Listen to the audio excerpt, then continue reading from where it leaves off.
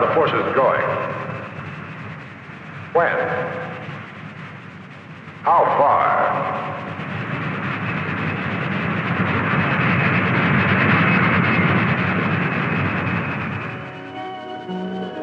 Are there thunderstorms between March and McCoy? Are there clouds in the refueling area? What are the wind factors between Yokota and Elmendorf? What's the cloud pattern between Mildenhall and Aviano? AFGWC, this is Air Force One. Passing the coast of Spain, still holding flight level 370. Do we have turbulence ahead? What are the winds up to 100,000 feet over Vandenberg day after tomorrow? The Army wants to know how much rain to expect within 50 miles of Ramstein in the next 3 days. How cold will it be at Fort Greely tomorrow morning? When can we expect clearing at Fort Ord?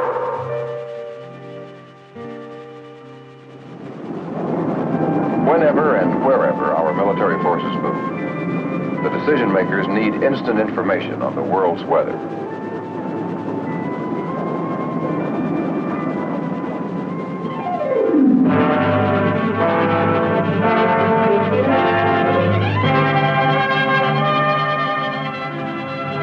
The Air Force Global Weather Central at OFFUTT Air Force Base is commanded and staffed by an outstanding team of Air Force weathermen. A team that includes some of the leading forecasters of the nation. The weather forecasts from the Air Force Global Weather Central are designed specifically for our worldwide military forces. And they're electronically distributed 24 hours a day, every day of the year. The Air Force Global Weather Central is a computer-based operation. For the most part, weather information flows into the Central over the automated weather network directly to the computer. Thousands of tapes, millions of facts, and it's all automatically processed, minute by minute. This continuous updating of global weather information from time zero to tomorrow and tomorrow is a spectacular accomplishment of computer technology. The computer-based operation rests on a mix of men and machines. Machines do the computing. Men do the thinking. Only men can forecast for men. These forecasts are not just general weather maps. They are mission-tailored forecasts. Forecasts tailored to specific operations in specific places for specific times. The tailored forecasts are then distributed to decision makers, command posts, Air Force bases, flight crews, Army installations, and Army units, wherever they may be. First, the collection and processing of weather information. And second, distribution of the tailored forecasts is the dual mission of the Air Force Global Weather Central. Validity of all forecasts depends first on the sources of information. Ground observers, civilian and military, supply the great mass of weather data. That's common knowledge, but it is not generally realized how extensive this network is. Ground-based weather observations come in continuously from ships at sea and from nearly every country in the world. On these maps, every red dot is a weather observation site.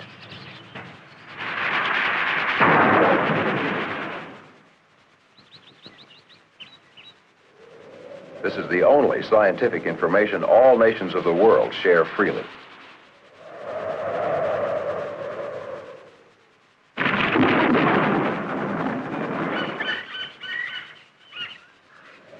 Weather information is even transmitted through curtains of bamboo and iron. Reports from radiosonde balloons come in at up to 1,600 reports a day.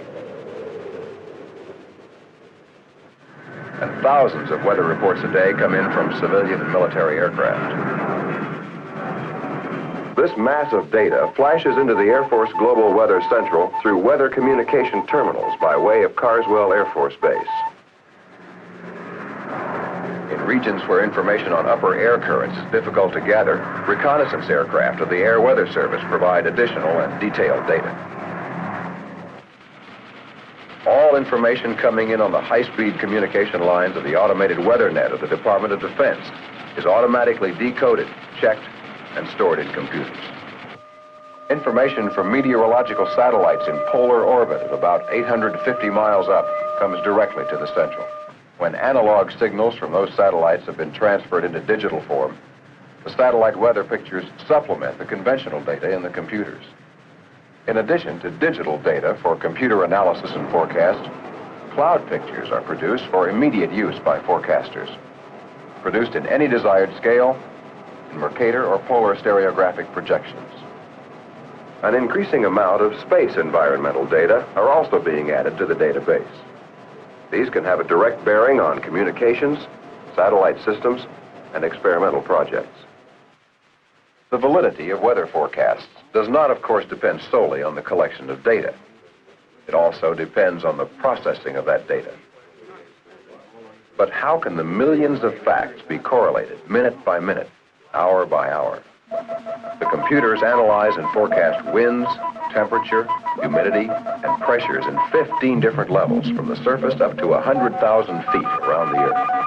In turn, these data are used to analyze and forecast the weather as it affects men and military operations.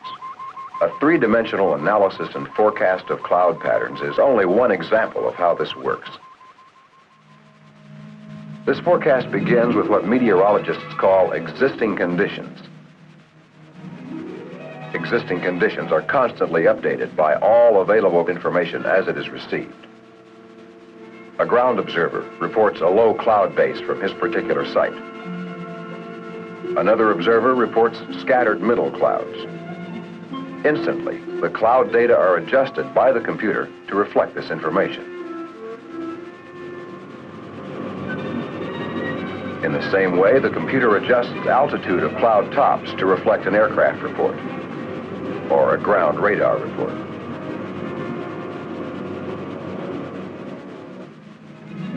Information from a weather satellite again updates the cloud analysis.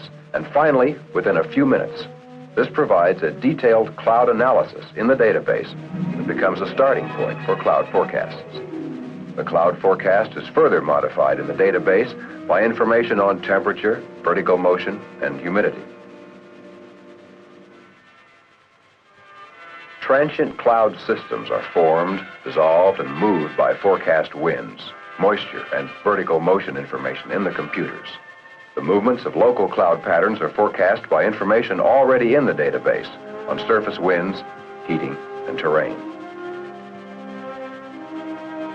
The computers at the Air Force Global Weather Central can forecast patterns of high clouds, middle clouds, low clouds, all clouds, for today, for tomorrow, and for any place. What do you want to know about cloud configurations in your area of operations? The computers can deliver it in a minute or two. Of course, this cloud forecast is only one of the many kinds of information in the database. The memory drums of the computers hold detailed information on every aspect of sensible weather that decision makers may want to know about. Rain, hail, icing conditions, temperatures, or wind direction and velocity at any level, anywhere. But how is it possible to identify small weather situations here or there and do it on a global scale? For this, the Air Force meteorologists use a concept they call windows. For example, there's a window over Europe, one over Asia, and one over the United States. Developing the computer grid for any window, that is, adding vertical and horizontal grid points within the window, enables the computer to report in greater detail. And the computer is programmed for analysis of the boundary layer of air, the lower 5,000 feet within that window. This newly developed technique provides greatly improved and detailed area forecasts that relieve the meteorologists of most mechanical details and permits them to concentrate on the last fine forecast. One example of the advantage of the teamwork of man and machine at this stage is the detailed forecasting of severe weather. The meteorologist checks the computer's severe weather index against all additional data on such situations as moisture distribution, low and high-level jets, upper pressure troughs, and surface fronts. Lastly, this final forecast of weather made by man and computer is placed back in the computer to be used as a base for tailored forecasts. But the meteorologist's job is not yet finished. Using the latest minute-by-minute observations, he continually watches the weather develop and transmits weather warnings and any amendments to them to the military installations that will be affected. Forecasts for specific operations are of critical importance to military success. For example, every SAC bomber flight requires a carefully tailored forecast, a forecast that includes altimeter settings along the route, winds, turbulence, clouds, visibility, and any other important fact that would affect flight.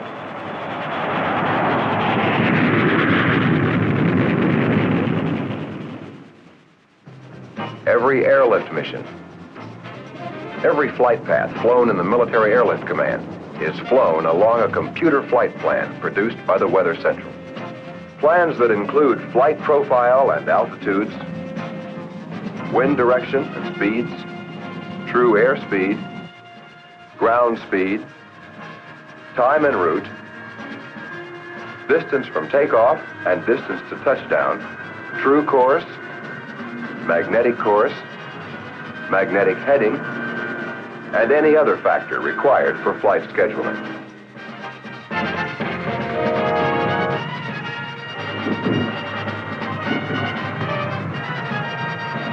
Weather forecasts for large-scale exercises should be requested well ahead of time.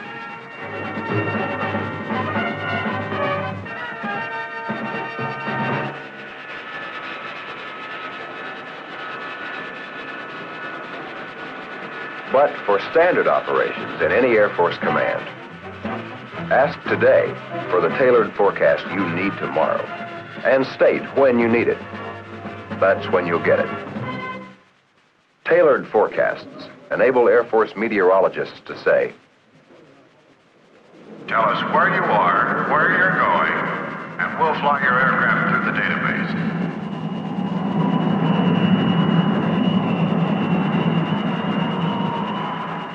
or they can say to the Army, Tell us where and when you're going to march, when you're going to fight, and we'll lead you through the sensible weather database. As a decision maker, you may well ask, how do I get this information when I need it?